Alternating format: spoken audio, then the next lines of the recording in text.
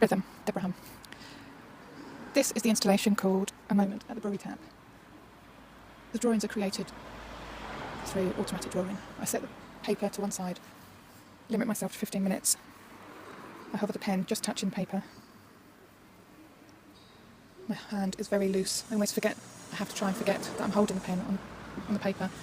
And watch the TV, read a book, listen to some music, and just create a drawing. I'm not allowed to look at paper. If I do, then the drawing is void. I normally do this at the end of the day, and I'm normally shattered, so I'm normally in the same state of mind.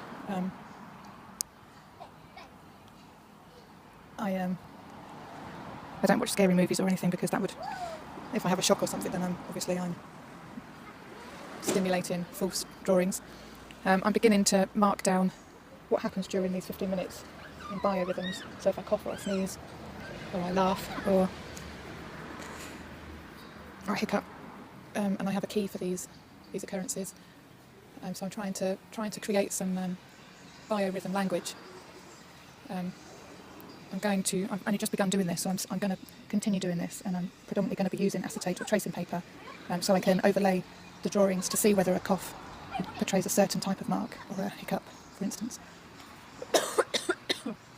And then I'm going to see whether I can ask people to do automatic drawings for me, so I can see whether their coughs or their hiccups resemble mine or resemble each other's.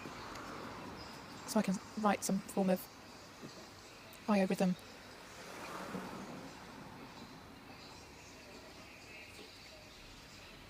Not dictionary, but I can't think of the word right now. The reason they're layered is because I'm reinterpreting Henry Lefebvre.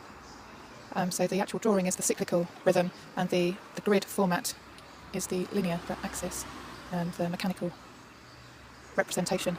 And the underlining current of my research always is the internal communication process, the nervous system, and the misinterpretation, and the miscommunication and external manifestation that is created from the misinterpretation. Therefore, this is why we have the overlapping of the grids. It's the communication. And my snowflakes, the reason each one of the scientists, neuroscientists, have stated that, have used the metaphor that each neuron is like a snowflake, because everyone is different in your mind. And I'm using that metaphor to describe my journey drawings, because no one of my journey drawings are the same. So we have a triple metaphor. No neuron is the same, so they're like snowflakes, and no journey is the same. Neuron, snowflake, journey. So we have overlapping journeys, so they're communicating. But then obviously this process is not static, whereas my formulation there on the wall is static. So I chose to overlay a movie that I made, which is 16 journeys drawn straight onto the computer, overlaid, and sped up to 5 minutes, and then played on a loop. So that is moving. So it's overlaid so you can see half of it clearly, but then half of it is played on the grid format of the snowflake, so it's all linked up. And then the sound piece you can hear is my written work discussing the theory behind all of the snowflakes and the journeys, read page by page, overlaid, and read out as one. So there's about 13 or 14 pages read as one. And then moving on, you can see, so that's all of that. And it's the bodily experience that I'm working on at the moment is overstimulation. So you can see all of the voices heard at the same time. You can't actually understand the wording. The drawings overlaid. You can't actually see any one of the drawings, so that's all overstimulation. And then you get the buzzer piece. So you've got the audio overstimulation, the visual overstimulation, and then you play the buzzer piece, and you actually experience this quality for yourself. You look at it, you see it, you think, oh, I remember these, that's easy, I can do that, it's just a straight line. But of course, you get your whole body working on it at the same time, and oh dear, you can't do it. So you experience the overstimulation for yourself, and you can't do it.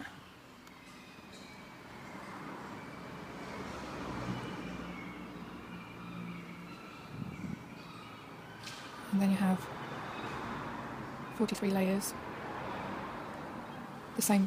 another play on the senses, it's the same print printed twice but on different paper at slightly different sizes. And you don't realise when you're looking at it that it is actually the same print. It's pretty hard to pick up the...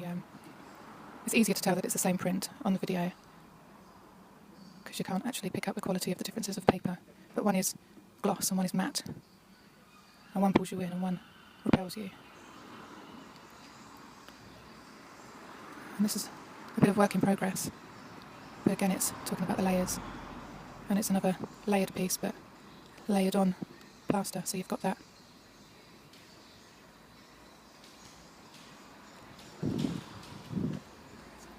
Quality of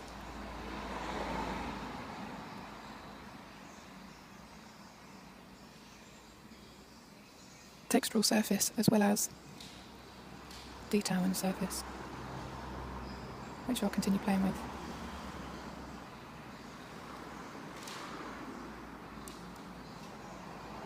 And when Annie and I talked about doing an exhibition together, we didn't realise quite so well our work would go together, and it really complemented each other. And it was a valuable experience to go through together.